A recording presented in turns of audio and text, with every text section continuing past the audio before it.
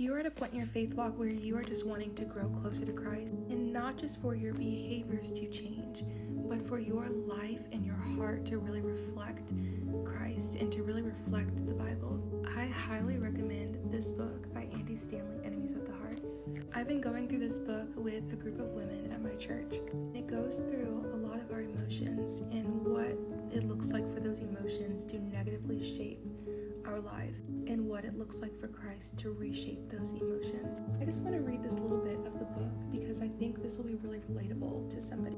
This comes from the introduction chapter of the book. It says, perhaps the major reason we rarely stop to monitor our hearts is that it was never encouraged. As children, we were taught instead to monitor our behavior.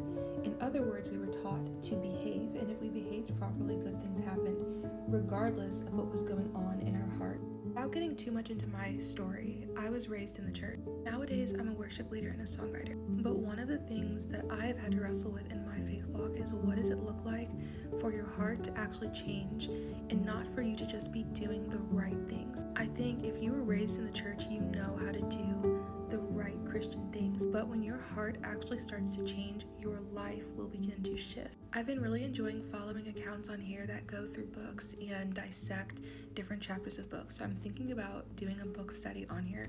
I have a lot of books that I really have enjoyed, but when I tell you this book has really changed my perspective and has changed my life in a lot of ways. So if you're interested in a book study on this, go ahead and follow. And if you have read this book, I'd love to hear your thoughts in the comments.